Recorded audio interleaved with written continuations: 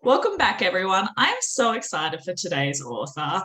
We are talking Washington Post bestseller, numerous Amazon charts bestselling, numerous awards and nominations, and also mentoring and mental life coach for fellow authors, which is amazing. And I'm super excited to delve into that. We also have two amazing pen names for two completely different genres, both of which have done outstandingly well. We are talking to the one and only Kerry Schafer, or also known as Kerry Anne King. How are you today? I am awesome. Thank you very much for asking. Yeah, amazing. I want to get straight into it. Can you tell me why you started writing? How was the publication process for you?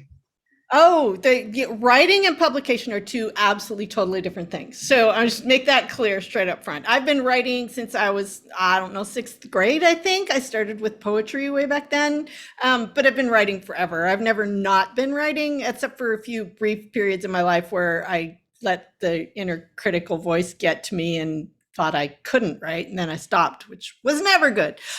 Publishing is a whole different ballgame. So what do you what do you want to know about that? Oh, that's fine. So when was it that you decided you wanted to publish your first book? You wrote your first manuscript that you thought, okay, this is the one. And what did you do? Did you acquire an agent or did you go straight to publishing? How long was the process for you until you published? And that was a fairly long journey. It took me 10 years to write my first novel, actually, which because life and not really believing. And that one was a drawer novel. I think I submitted it once and then I just didn't try anymore. So a couple more down the road, I got serious about trying to get published. And then I started trying to get an agent and I did the query thing. And that book, I submitted it to a lot of places and I got a lot of rejections. And then I wrote another book and I put that one out there and got a lot of rejections. And then I finally found my agent, Deidre Knight. That's a kind of a long story how we connected, which wasn't through the traditional method. So I can tell you that if you want, or we can move on to other I'd love to things. hear that.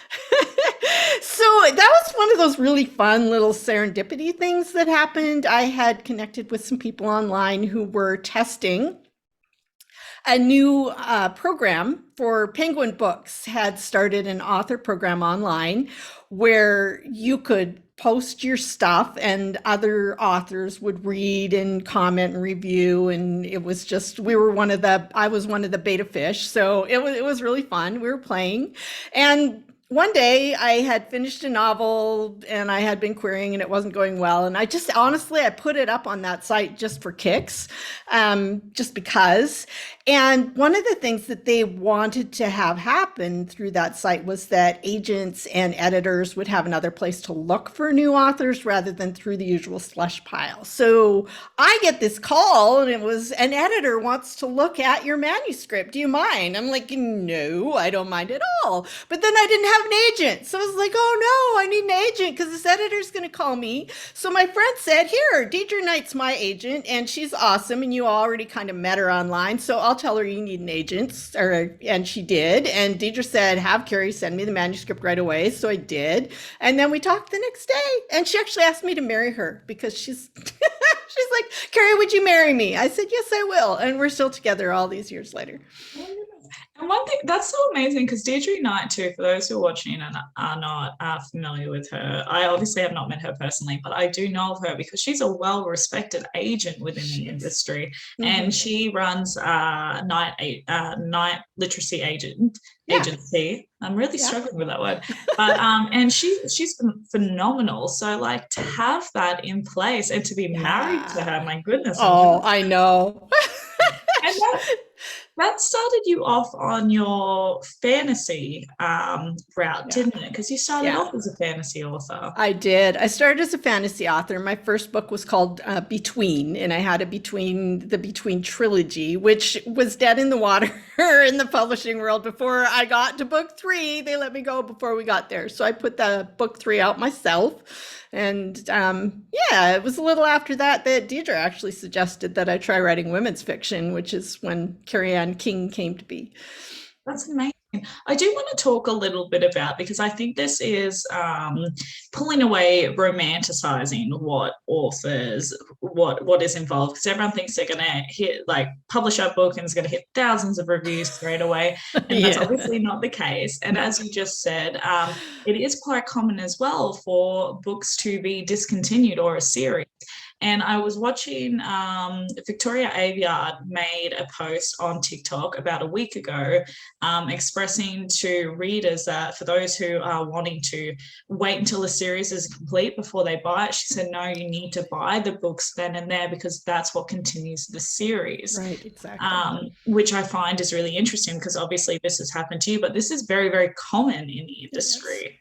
It's really common. It's happened to a lot of people that I know, even some really big name best-selling authors who had been on the New York Times bestseller list have had their series just discontinued by the publishers. Like, we don't feel that it's worth our while anymore, and we're going to let this go. So it can be really heartbreaking for a writer to have that happen. My philosophy is always keep the publishing and the writing separate. They're, one is a business, one's an art, one's my happy place, one's my business, which is a happy place too, but just remember that they are two different things and don't get them too tangled up together, because that's where burnout and heartbreak and bitterness tends to be for authors, I find. Yeah.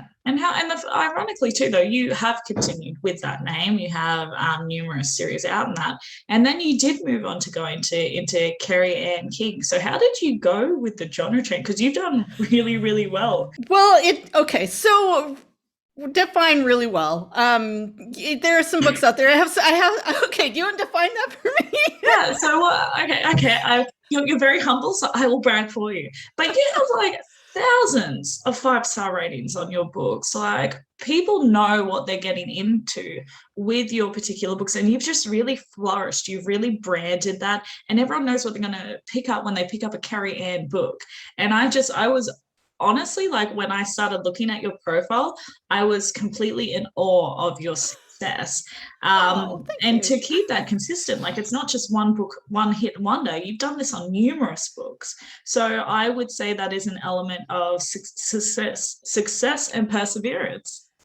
Well, and so with the Kerry Schafer books, however, this did not happen, which is how Kerry Anne King came to happen. Because I had written a series, I had started the Shadow Valley Manor series, which I love, by the way, as Kerry Schafer. I was in love with these books, but we were having a difficult time finding a publishing home for them because they're very cross genre. I describe them as kind of a cozy mystery nestled up to horror with humor and mystery, and a protagonist who is pushing 60 in the first book, which, my agent was concerned about that straight up front. Deidre's like, I don't know if anybody wants to read about a character that I like. Yes, they do. Anyways, those books didn't take off like we had hoped that they would, even though I personally think they're awesome.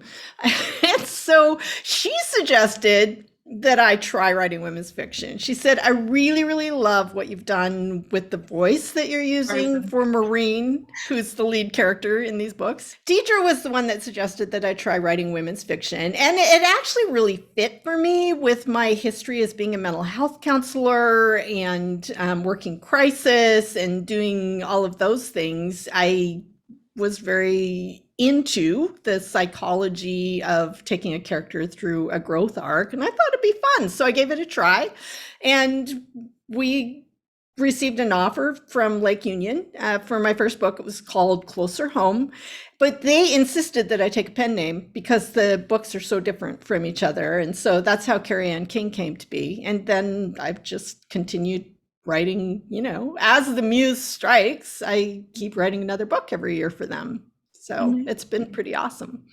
So speaking of Lake Union, you have a new release coming out September 21st. Can you tell us a little bit about that? Yeah, I'm excited too. Other People's Things is a little bit of a departure from some of my other books. I got to bring in a little bit of magic and mystery, which are things that I loved as Kerry Schafer. So my main character has a problem, which is a little bit unusual. She moves things that don't belong to her. So she's been called a thief and a kleptomaniac, and she's been in and out of jail and been arrested a lot. And as the book opens, everything is falling apart for her. Her marriage is her marriage is ending because she moved something valuable that belonged to her husband. She's gotten a job from her sister in the family house cleaning business, which is not a good job for somebody who moves things, right? But she's compelled to move things. It's a compulsion, and it's not because she wants them or keeps them. She feels like they belong somewhere else. They need to be moved because they're not in the right place.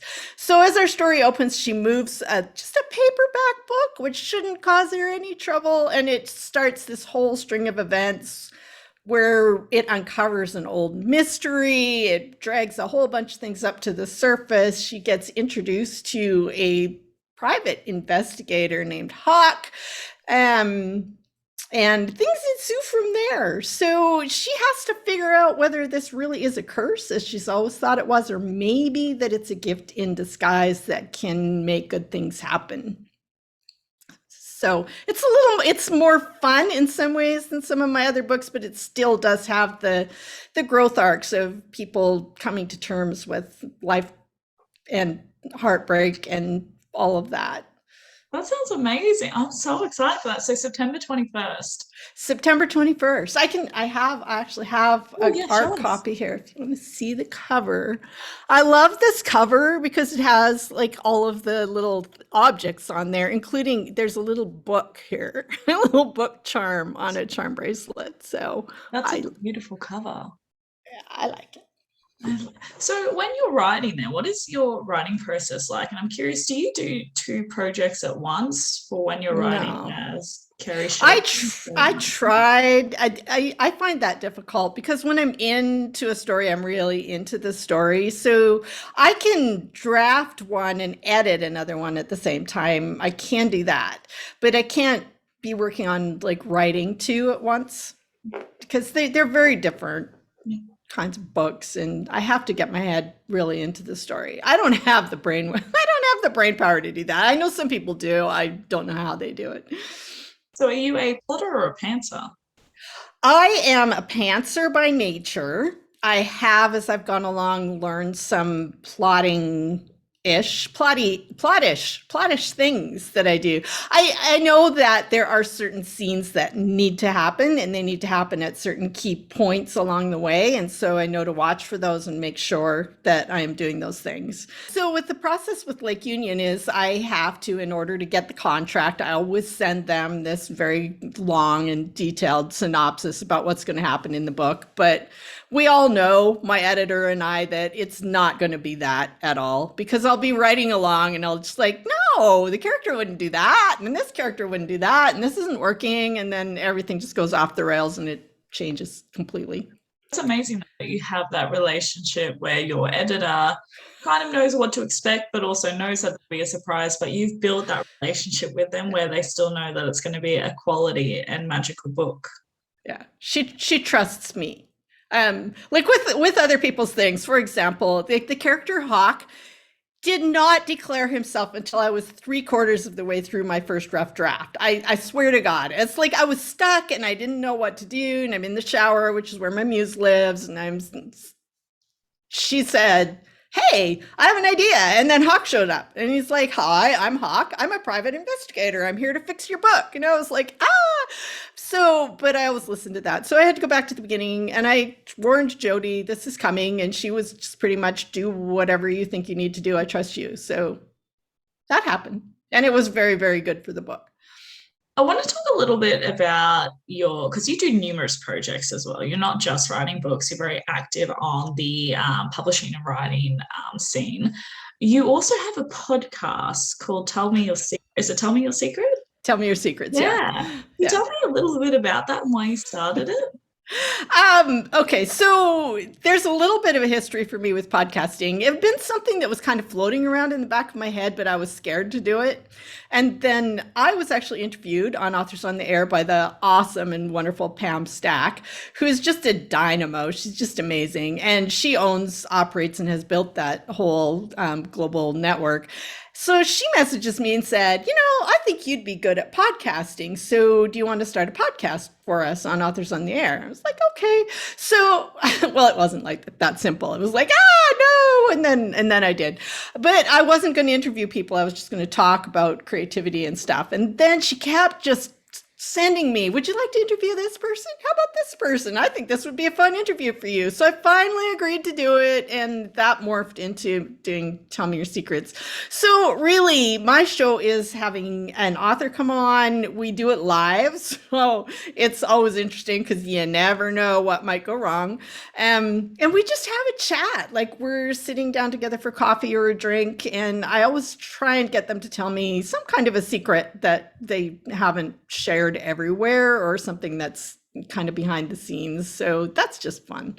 Another thing that I found really, really interesting about, well, I find a lot of things interesting about you, but author Genie, step me through that, because you actually do workshops and you mentor and you coach fellow authors. So I'm really curious about how you started that. It started back a few years ago. I was working as a nurse, which is not my favorite job to do, really, honestly. It doesn't lend itself to creative flow and going where the spirit moves you. You kind of, you have patients come in, they need to be taken care of in particular ways. So I kind of wanted to get out and do creative things. The writing, it's very rare to make enough money on books that they are going to completely support you. So I took this coaching program, creativity coaching, Kaizen Muse creativity coaching, which is amazing. I learned a whole bunch of stuff. So I started kind of getting into coaching, and then I actually had a book, Whisper Me This, that hit big enough to give me the courage to drop the day job. But I still kind of needed a sideline. And then Author Genie just was one of those inspiration things, just came to me like bing. So I was very excited about it. I love the name. I love the kind of magical element of it. And Author Genie is basically a one-stop service for authors. Whatever you need. If you need coaching, I do virtual assistant stuff. I help people with formatting for getting published. I do people's newsletters, which is fun because I get to play around with branding for different people. I do graphics for people. I do classes on managing your inner critic, and I get to do a lot of different creative stuff, and it's fun, and it actually pays me to continue to do what I do and write books. So all total win. And I imagine this takes you over conventions and conferences and things like that. Normally, yes. COVID has been kind of in the way of all of that. So I didn't go to a single conference last year. And this year I'm planning to go to one in October, but things are heating up again. So we'll see what happens with that. So, what advice would you have for those if somebody is considering going into a coaching format? What advice would you offer? So for somebody who wants to start offering coaching and it's Yeah. new for them, I would offer to maybe do some free stuff just for a few people, just for starters, and then get some feedback from them. So once you've done a good job, then you can ask them to give you a recommendation, and then you can put that up on your site. I did that when I first started. It's good practice too, to get your feet wet so that you know what you're doing. Normally, I'm not a big fan of giving away stuff for free, not your writing or anything, but this is a practice, like a practicum, like a little practicum thing, like you would do in any profession. So then you get word of mouth. Like honestly, with Author Genie, I have not advertised Author Genie, and I'm as busy as I can possibly be right now. And it's all word of mouth, where somebody I'm doing work for says to somebody else, hey, Kerry could do that for you. You should check her out. And so that's been amazing and awesome. If you do a really good job for your clients, then they will help you. Yeah. What have you noticed one of the most common things are that people come to you for? So they either don't have the time for it or they're lacking in knowledge about. Right. And there's both things. So I have some clients who just have said, hey, you know what? I hate doing my newsletter. I don't like the formatting part. It's fiddly and I don't have a deadline, so I don't do it. So I have several authors that I do the newsletter for. They write it, they get everything to me. I maybe do a couple graphics. I get to play around, make it pretty, and send it out. They know what they want, they just don't have the time. They could have the time, but they choose to spend their time doing their writing as they should.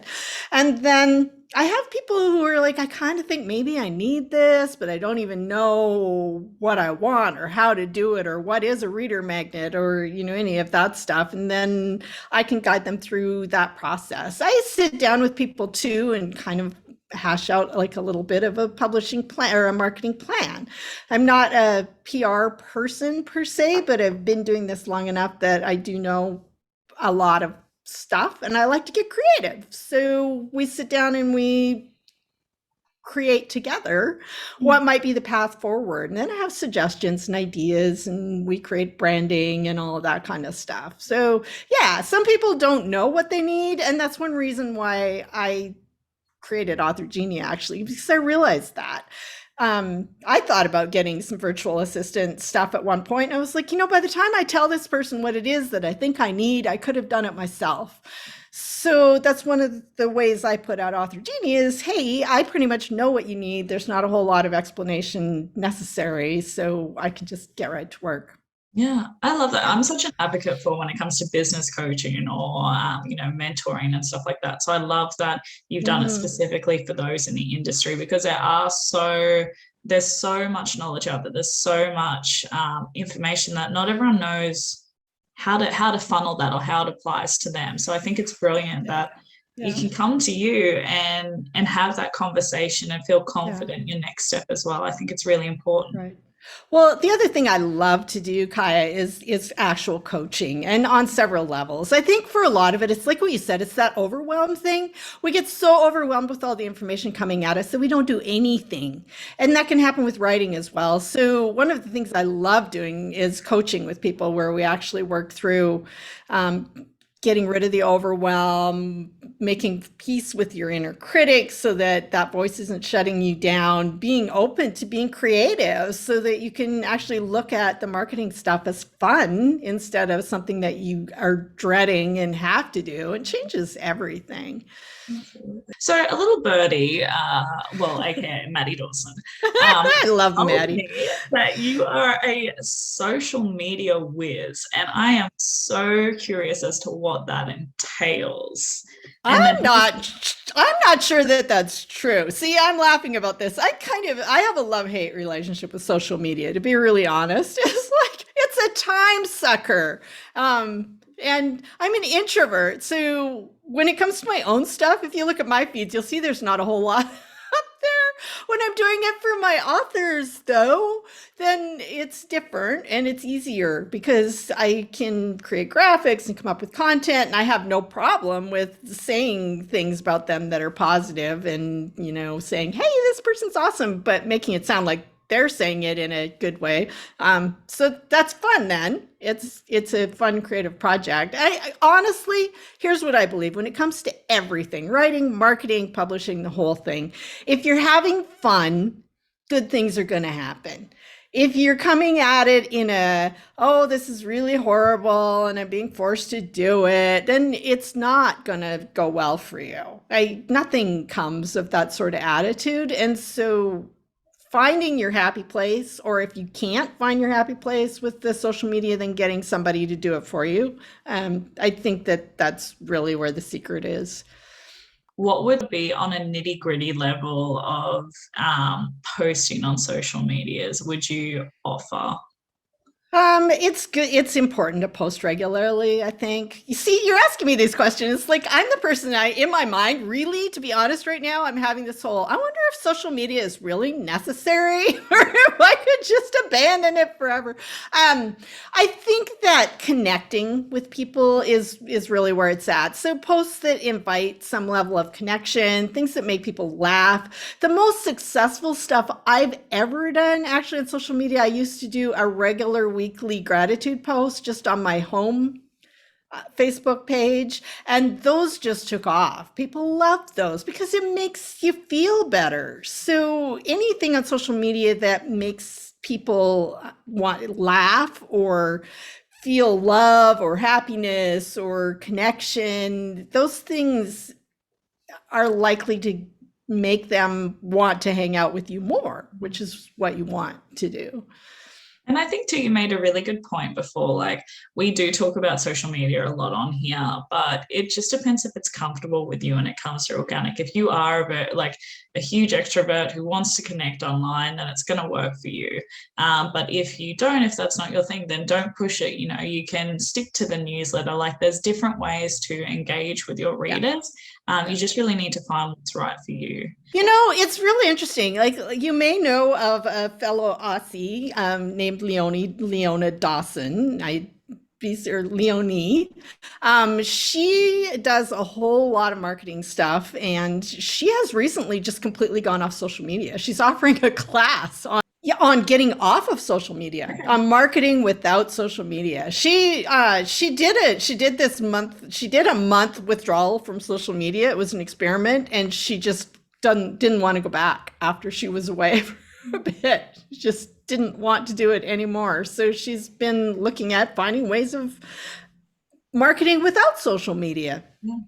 So I really, the other thing, and I think this is good advice, what a lot of people offer, is don't try and do all of the social media. Pick one that you like the best and try and do a really good job at that. And like, make it fun. Do something that feels good to you. And the other thing that I do is don't get too deep in the woods. So the doom scrolling thing, don't go there. You know, you get on Facebook and you start scrolling, and an hour later you're still scrolling and you're really depressed because you've seen 50 million horrible things that have been happening to people and everybody's complaining.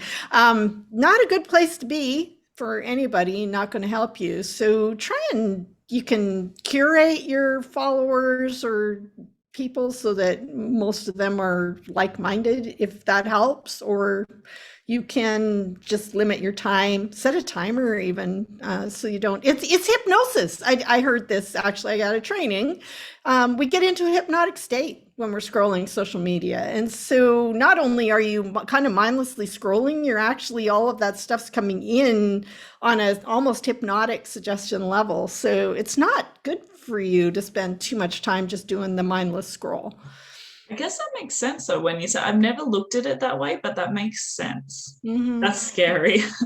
Well, it is. And they know that, you know, it's like Facebook did that whole experiment without our permission where they were looking to see if they could influence our moods by what they were showing us. So I look at it with a little caution. I pay attention. I have people I want to follow, things that I want to look at. I try and pop in there and not just, you know, I catch myself doing it, that it's scrolling, but it's a lot of time that as an author you probably don't have, that isn't really helpful. So figure out where you want to go and be mindful about it, just like, well, everything. I want to talk about one of your many achievements, but you are a Washington Post bestseller. So I am curious as to when you found out, how you found out, and what you did to celebrate. That was amazing. That was Whisper Me This, which was a book that just, it had something magical about it. It took off for me beautifully. It had this awesome moment where my sons are both musical and my youngest is a musician. He wrote a song specifically for that book to go with a poem that I wrote at the beginning. So Whisper Me This has a song that goes with it. The whole thing was just effortless. So I was watching the rankings and stuff because it was doing so well and it was fun. So I noticed that it had made the Washington Post bestseller because I was looking, and how did we celebrate? I don't know. I don't remember what we did. I remember there was probably champagne involved.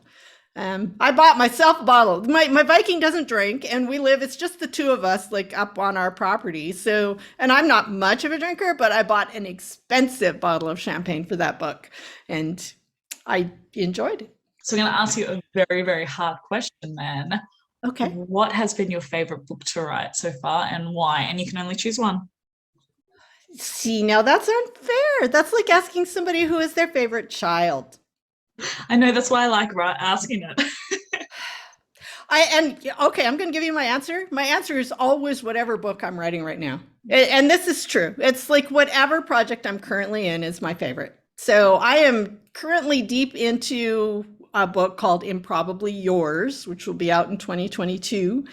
And although I'm also frustrated with it at the moment because it's giving me some trouble, yeah, that's where my heart is right now. What has been your greatest obstacle, so your greatest challenge, and your greatest achievement so far in your writing career? Hmm. My greatest obstacle really was my own self getting in my own way. Like I said, it took me 10 years to finish my first novel that I wrote. And it wasn't just because it was my first novel and I didn't know what I was doing. It was because I didn't believe in myself. I didn't really believe it was possible. I didn't believe I could do it. I didn't believe that it was okay for me to take time for myself and my writing away from my family and whatever else was going on. So it took a while for me to figure that out. Actually took a life crisis. So my husband at the time died suddenly in a motorcycle accident when I was 39. I know this because I remember turning 40, and it's like, how am I alone at 40? What kind of a deal is that? But that was very eye-opening for me. That was a moment where I realized, hey, if I want to do this, I need to do it. I need to do it now. I might not have time. If he can die at this age, who's to say a tree isn't going to fall on me tomorrow? So I need to get serious about this, which really was a turning point for me. I started making time for my writing. So that was really the biggest obstacle. The biggest achievement. Honestly, the thing I'm probably the most proud of was having the nerve to walk away from my day job to be a full-time writer, coach, and entrepreneur type person. That was a pretty big step and kind of scary. And I'm really proud of myself for doing that. And look how it's rewarded you. Yeah, it's been pretty awesome. What has then been your most memorable reader interaction moment? Hmm. I don't know if I can say most memorable. I've had several, really they're letters that I get from people. There's one that comes to mind, and it was around Whisper Me This, actually, which is a story about abuse, um, domestic violence. And somebody wrote me and said, I feel seen and thank you for that. And that still kind of gives me the shivers when I say that, because I was really trying to do that. That book was born out of a moment where my Viking actually asked me. We were sitting in the hot tub and I was thinking about my next book, and we were talking about this person that he knew who had been in she was in a horrible domestic violence situation, but it was systemic. It was her generational in her family. And he said, what does it take for a woman to get out of something like that? And that was the question that lay behind that book. And I'd had a lot of clients that I'd talked to who had been in that situation. And so I was really aiming for speaking to those people when I wrote that book. So to have an email come to me where somebody said, I feel seen maybe for the first time since this happened to me, that really, really touched me deeply. Wow. And that's why we write. How rewarding is that? I've Yeah. got chills. That's amazing. Yeah. Yeah. And I've had a few letters like that from people where, for whatever reason, what I've written has really touched them in a way that maybe is going to help them move forward over something that's going on in their lives. And so that is super rewarding and makes it just, I write because I love to write, but that adds a super extra awesome layer on top. It's the icing on the cake. Yeah, there you go. This is my favorite question to ask. What is the goal? What is the dream that you are chasing for your writing career? So I'm just going to throw it out there. I want to be like way up there on the charts. Like, give me a New York Times bestseller status. I'd like to be number one. Yeah, Yeah, I'm chasing that dream. Really, honestly, that would be a short-lived thing, though. You can never stay there once you get there. I know this. Success has to be defined by the joy that you take in the journey. But I really would like for my writing to be at a level where it's paying for itself consistently, and just the books are doing well, and I don't have to worry about whether the next one I write is going to get a contract or not. That would be awesome. I don't think you're going to have that issue at all. If I'm being honest, you're doing great. Thank you. Okay, I have a segment called Speed Dating with an Author. So you and I are going to go on a very romantic date. I set a candle. I've created ambient. Oh, look at that. But it's basically 5 rapid questions. Are you ready? I don't know. These are the ones that scare me. Okay, all right, I'm ready. Yeah. What's the clumsiest moment you've ever had? Clumsiest moment that I ever had. I'm just going to go with the one right now today, actually, where I was walking down the street carrying a hot cup of coffee, not looking where I was going, and I totally rolled my ankle on a spot of the sidewalk and just about fell down. So that's not that clumsiest, but it's the one that comes to mind. It's relevant. Yeah, it's in my mind. How's your ankle now? It's okay. What are 3 words that would best describe yourself? Passionate, intense, and ever optimistic, although that's 4, but I'll take it. Okay. What is the song that best describes you?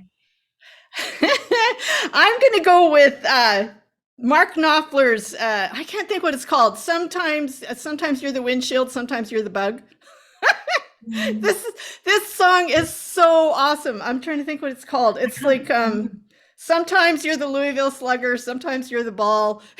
It's this song about just going with the flow, that life just keeps on moving and you just gotta go with it. I can't think what it's called. I can't think of the name. This is going to haunt me all day. Do you know this song? I'll find it for you later because yes. I listen to it a lot. I love Knopfler. He's my fave. Okay, we'll find it. It'll haunt us until we're done. Okay. What is your life motto? My life motto is, slipped right out of my head, but I know it. It comes from Tennyson's poem Ulysses, and it's this. Okay. As though to breathe were life piled on life were all too little. And that's really what drives me. I just want to live everything. And yeah, there you go. What is a unique talent or skill set that you have that not many people know about? I can snore. Let's see. I know how to play the tuba. No, not many people know that. I haven't in a while, but I did. I played the tuba in the school orchestra. Wow. Yeah. That's cool. It's a large instrument. So if you want to do something really fun, trying to climb up on stage while carrying a tuba and one of those long dresses that they make you wear. So you're trying to hold the tuba and lift your skirt so you don't trip. It's a challenge. Sounds like another ankle rolling moment. It could happen. I have had so much fun. What is coming out for you? What do we need to be on the lookout for? And where do we stalk you? Oh, I love being stalked. So Other People's Things is coming out September 21, as we spoke about. I also, as Kerry Schafer, have a recent new book out in the Shadow Valley Manor series, which is called Dead Before Dinner. So that's also out there. You can find both Kerrys at allthingskerry.com. Kerry is spelled Kery. I combined them because I was tired of trying to maintain 2 separate websites. I'm on Instagram as Kerry Anne King, and that's Kerry_Anne_King, and also as Kerry Schafer Books. And I'm also on Facebook, and I'm never anymore on Twitter. So those are the places you can stalk and find me. Amazing. Well, I'll pop the links down for the books that we need to be on the lookout for. I'm so excited. And thank you so much for coming on today. I've had so much fun. Me too. Thank you for having me. Absolutely. And hopefully we can get you on sometime soon again. Already, I want to book you again. Hey, I would love that. And thank you to Maddie for introducing us. Yeah. Hi, Maddie Dawson. We love you. She's so lovely. I love her so much. Me too. And I'm so glad that she did let us connect. All right, I'll talk to you soon. Bye. Okay, bye.